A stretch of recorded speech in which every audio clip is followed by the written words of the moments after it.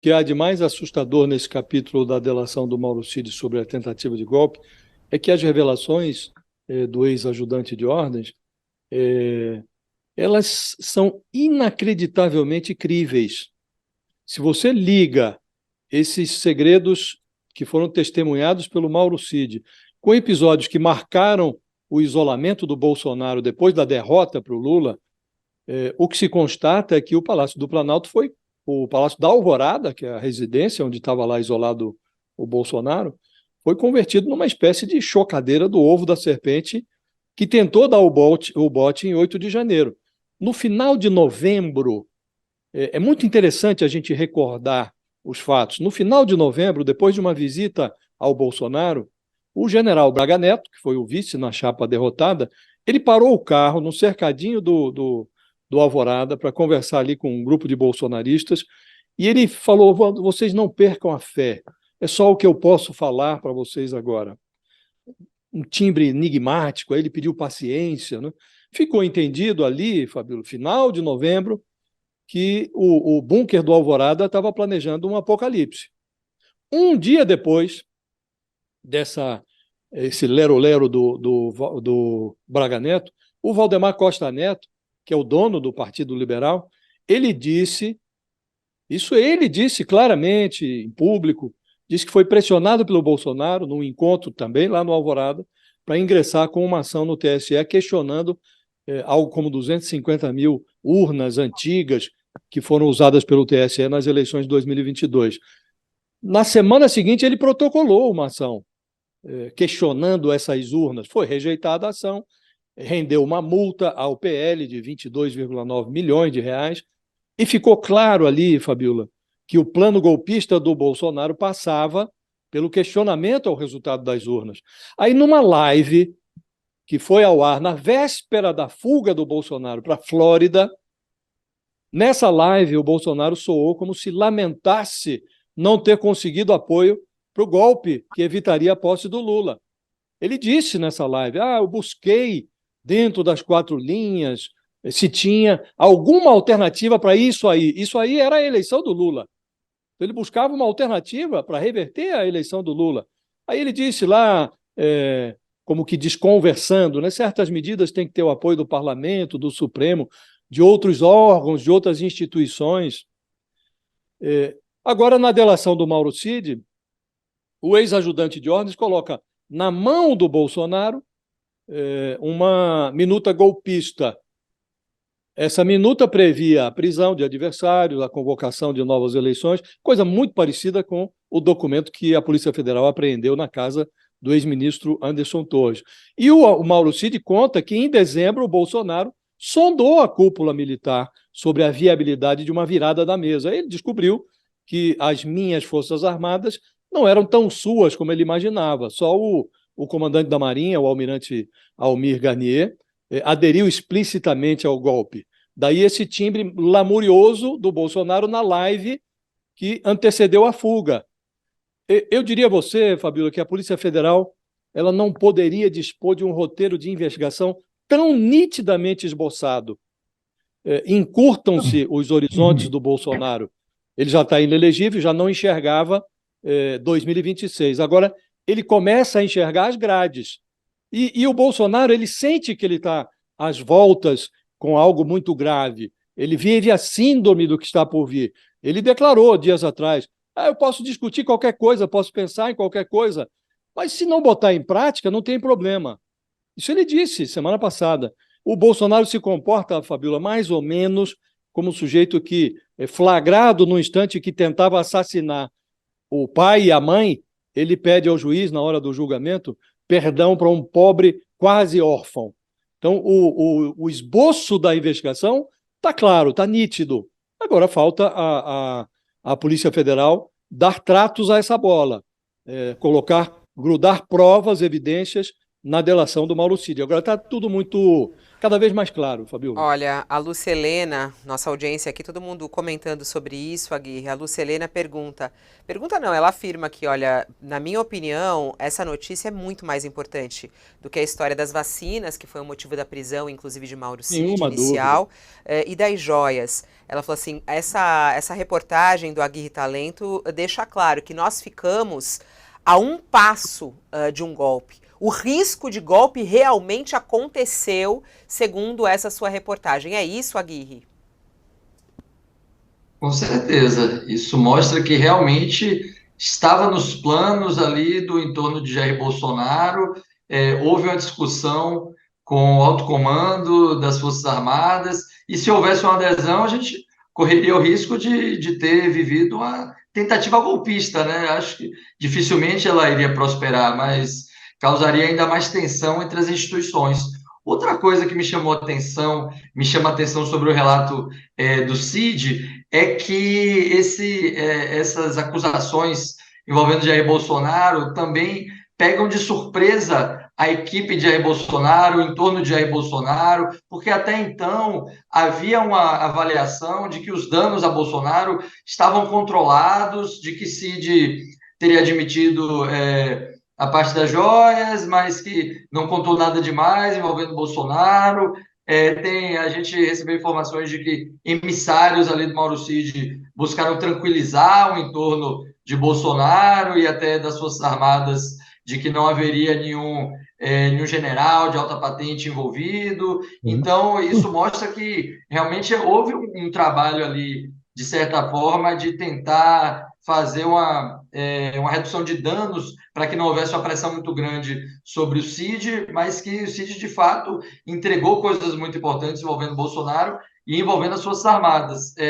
A colega colunista do Globo, Bela Megali, inclusive, publicou também nessa quinta-feira que chegou a informação à cúpula das Forças Armadas sobre esse engajamento do almirante Almir Garnier, o ex-comandante da Marinha, em relação a esse plano de golpe. Isso também causou um choque na cúpula das Forças Armadas, aumentou a tensão envolvendo as Forças Armadas no momento em que essas investigações da Polícia Federal, tanto sobre desvio de recursos como sobre iniciativas golpistas, miram em cheio integrantes do Exército, da Marinha, da Aeronáutica. Então, realmente, os impactos da delação de Mauro Cid ainda vão reverberar bastante, e vale ressaltar que a gente não sabe a íntegra da delação, a gente não tem todos os detalhes, então é possível que haja mais informações comprometedoras que ainda não vieram a público. Eu conto na matéria que o cardápio da delação inclui o caso do esquema das joias, o caso da fraude nas vacinas, e ele também foi perguntado e falou sobre a suspeita de desvio de recursos públicos no Palácio do Planalto, envolvendo cartões corporativos, só que a gente não sabe o teor exato desses relatos. Então, os desdobramentos podem trazer mais notícias desagradáveis para Jair Bolsonaro e seus aliados. Tem um detalhe, Fabíola, que eu queria mencionar para que os nossos espectadores fiquem absolutamente informados sobre o que se passa. O Alexandre de Moraes renovou por mais 90 dias, nesta quarta-feira, o inquérito sobre as milícias digitais. E é neste inquérito que se insere a delação do Mauro Cid. O inquérito é de 2021, o Alexandre de Moraes acaba de renovar pela 8ª vez esse inquérito sobre as milícias digitais. E ele, no despacho em que ele autorizou a Polícia Federal a prosseguir as investigações, ele faz menção a novas diligências que estão em curso, daí a necessidade da prorrogação, e, evidentemente, essas novas diligências estão vinculadas ao caso do Mauro Cid. E isso inclui, neste inquérito sobre milícias digitais, que começou lá atrás com o objetivo de investigar a difusão de notícias falsas nas redes sociais, esse inquérito ganhou uma outra projeção, porque nele se incluem os casos das joias, o caso da tentativa de golpe, o caso dos gastos com cartões corporativos do Palácio do Planalto. Tudo isso está no balaio desse inquérito das milícias digitais, que, como disse, acaba de ser renovado pelo Alexandre de Moraes. Há um segundo detalhe, Fabíola, por último, que não deve passar despercebido. Nas sessões do Supremo em que foram julgados e condenados os 3 primeiros encrencados no quebra-quebra de 8 de janeiro, os executores da tentativa de golpe, o Alexandre de Moraes disse explicitamente que o 8 de janeiro foi uma tentativa de reverter o resultado das eleições de 2022. E ele disse lá, algo que orna aqui com o que nós estamos verificando com o conteúdo da delação do Mauro Cid, ele disse explicitamente que o golpe não foi bem sucedido porque não houve a adesão das Forças Armadas. É o que diz o Mauro Cid. Ó. Tirando o então comandante da Marinha, não houve uma adesão dos demais integrantes da cúpula militar. Então está tudo se fechando, Fabíola. Isso estamos aqui, eu acho, por isso estamos aqui. Vamos que vamos, a gente tem aqui convidados também para a gente repercutir essa reportagem do Aguirre Talento, que é a nossa manchete principal. Estão conosco aqui o professor Walter Mairovich, para a gente falar sobre do ponto de vista jurídico. A gente convidou também a doutora Mariana Lixa, que é advogada em direito militar, especializada em direito militar, também para nos ajudar a entender esse conteúdo da delação de Mauro Cid. Olá, doutora Mariana, bom dia, seja bem-vinda. Bom dia, não sei se vocês me escutam bem. Escutamos. Olá, professor Mairovich, bom dia. Oi, Fabíola, oi, Josias, bom dia, doutora Mariana. Bom dia, doutor. Vou começar aqui com o professor Mairovich e queria já saber o que essa delação, né, essa informação que Mauro Cid traz à Polícia Federal complica a vida de Bolsonaro, quer dizer, o que pode trazer de consequência a Bolsonaro essa informação de que ele recebeu um plano de golpe e apresentou isso aos militares? Juridicamente, complica muito, mas muito mesmo. E não só o Bolsonaro, mas também esse assessor internacional, esse advogado constitucionalista e, pelo que disse o Aguirre, tinha até um padre. Antes a gente ouvia falar em padre de passeata, agora a gente passa ao outro caso de padre de golpe. Bom, complica. Nós assistimos na semana passada e que continua a repercutir o julgamento pelo Supremo Tribunal Federal, em sessão plenária, de 3 acusados do quê?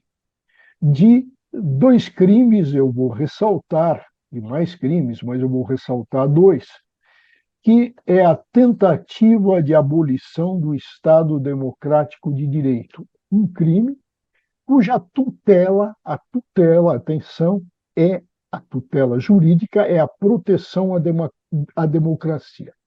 E nós tivemos um outro crime que é foi a tentativa de deposição de governo legitimamente constituído.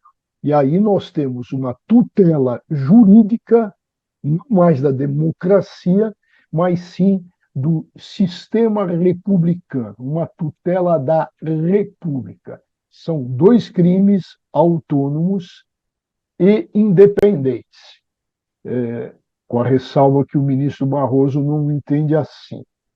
Mas a maioria, sim, o entendeu, e com acerto. Então, o que o Bolsonaro, agora, depois dessa revelação, o que a gente vê no Bolsonaro? Vê um Bolsonaro mergulhado nesses 2 crimes, ou seja, na tentativa de abolir o Estado Democrático e na tentativa de abolir o sistema republicano. 2 crimes. Vai se dizer, e o Josias lembrou a entrevista do Bolsonaro, como se ele tivesse fora de tudo isso. Mas, na realidade, essa situação pode estar conectada, rubricada com o quê? Com o movimento de 8 de janeiro, pode ter sido um desdobramento, ou seja, o Estado-Maior, por maioria, atenção, do Exército e da Aeronáutica, foram contra o golpe, só a Marinha foi a favor. Ora, fechado isso, impossibilitado isso, o que aconteceu? Pode ter, atenção, pode ter ocorrido um plano B. E qual é o plano B? O 8 de janeiro, por outros meios. Então, Bolsonaro pode, se comprovado esse elo, se não comprovado, tem esses dois crimes aí. Se comprovado o elo, a ligação, nós vamos ter o Bolsonaro junto com aqueles magrinhos, com aqueles que atuaram na linha de frente e que foram julgados os 3 primeiros pelo Supremo e que todo mundo chiou. Por quê? Ora, só eles. A quem interessava isso? E a resposta era a quem interessava esse ato de 8 de janeiro? Evidentemente, a Bolsonaro. Então, se fecha tudo isso e o Bolsonaro, Fabíola, Josias, doutora Mariana, vai ter que se agarrar ao artigo 15. Atenção, quem tiver curiosidade, ao artigo 15 do Código Penal, que é a chamada Ponte de Ouro, que foi construída pelo grande jurista alemão von Litz. Ele diz: atos preparatórios e início de execução, e isso ocorreu, até minuta, consulta advogado, Bolsonaro se dedicando a eles, ouvindo, de alguma forma, evidentemente que não foi por iniciativa daquele ajudante de desordens, o CID, ou seja, de pegar isso e invocar o alto comando e falar, olha, bem uma examinada nisso, vamos... Então, não foi, evidentemente, que a ordem ocorreu e um ajudante de ordem atua em nome e com procuração, vamos chamar assim, do presidente. Então, o que a gente tem? Volto à Ponte de Ouro. Nós tivemos um início de execução do quê? Desse tipo penal, atos preparatórios. E o Bolsonaro vai tentar se agarrar, como já fez na entrevista, à Ponte de Ouro, ou seja, a desistência voluntária que está no artigo 15 do Código Penal. A gente lembra tudo que aconteceu nesse período pós-resultado das eleições. O silêncio absoluto de Bolsonaro, como o próprio Josias disse, os acampamentos, aquelas visitas ao acampamento, vocês podem confiar, estamos fazendo alguma coisa, e aí vem todas essas informações. Como é que a senhora vê a situação jurídica de Bolsonaro? Quer dizer, ele pode pegar uma pena de prisão como essa, de 17 anos? Olha, primeiramente que assim, a questão do Bolsonaro, ela se descola, pelo menos da leitura que eu faço, ela tem que ser descolada do posicionamento das Forças Armadas, né? É claro que é possível, dependendo da investigação que a Polícia Federal concluir, e como isso for processado na corte, é possível sim, né? Como isso já vinha sido aventado no meio jurídico muito antes dessa delação acontecer. A questão que eu chamo a atenção é que as Forças Armadas, elas são extremamente legalistas, muito legalistas, né? Nós não podemos nos esquecer que as Forças Armadas, elas são o braço armado, né? A parte bélica, né? O nosso poder beligerante, exercemos a nossa soberania beligerante por meio das nossas Forças Armadas. E temos que descolar, sim, né, a posição, postura, conduta de pessoas ligadas à cúpula das Forças Armadas, das instituições Forças Armadas, né? Ficou muito claro que não houve, né, sequer uma adesão das Forças Armadas, independente de qual força a gente esteja falando, por essa razão, né? Principalmente o Exército, eles são extremamente legalistas, né? O Exército, junto com as nossas cortes, eles representam os guardiões do Estado Democrático de Direito, né? Não se tem prova, mesmo do governo Bolsonaro, Não se tem prova de que qualquer das nossas Forças Armadas, do ponto de vista institucional, tenha agido em favor de um Estado de exceção e contra o Estado democrático de direito, muito pelo contrário.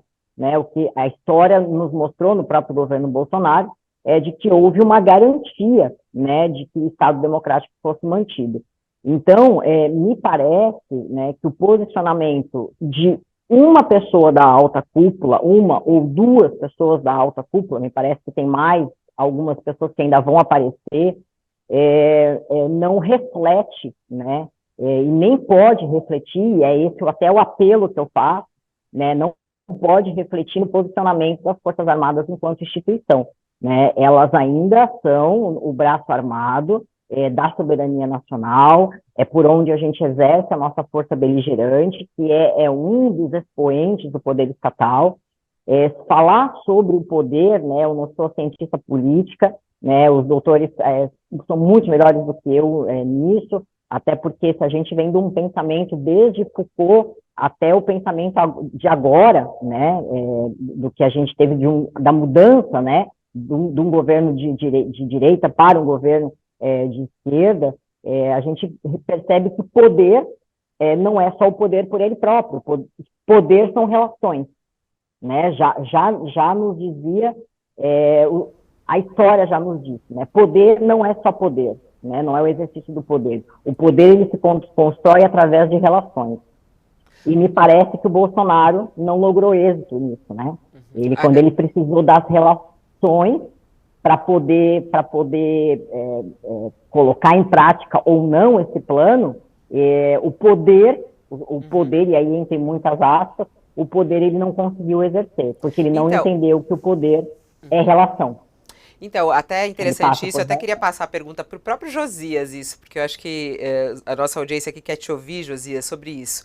O Leonardo, ele mandou aqui, gente, esses outros comandantes que não aderiram, eles também não cometeram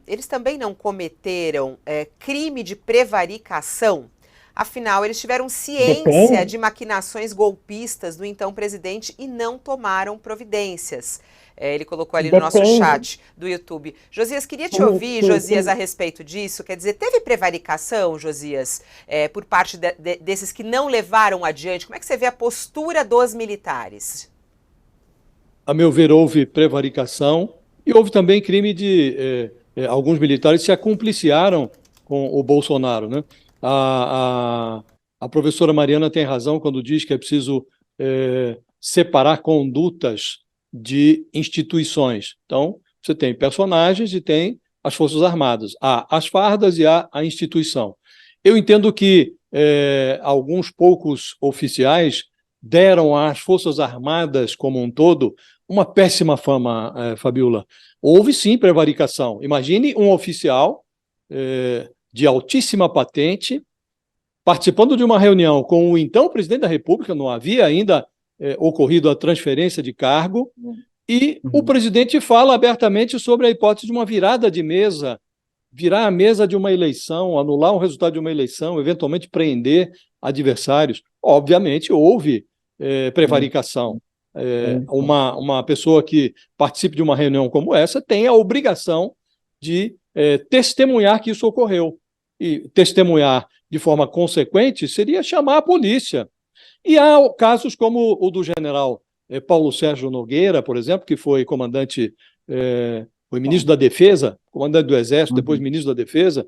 Este general, ele patrocinou, junto com o Bolsonaro, uma cruzada para desacreditar as urnas. Ele compôs uma comissão de oficiais das Forças Armadas para questionar o TSE. O TSE respondia objetivamente às questões levantadas por essa comissão de militares e eles vinham com novas questões, falsas questões, sabiam todos que as urnas eram confiáveis, estão aí funcionando há mais de 2 décadas. Né? Então, há sim um envolvimento, Fabiola, dos oficiais das Forças Armadas, não é um envolvimento negligenciável, e eles também precisam ser envolvidos no inquérito e chamados à responsabilidade.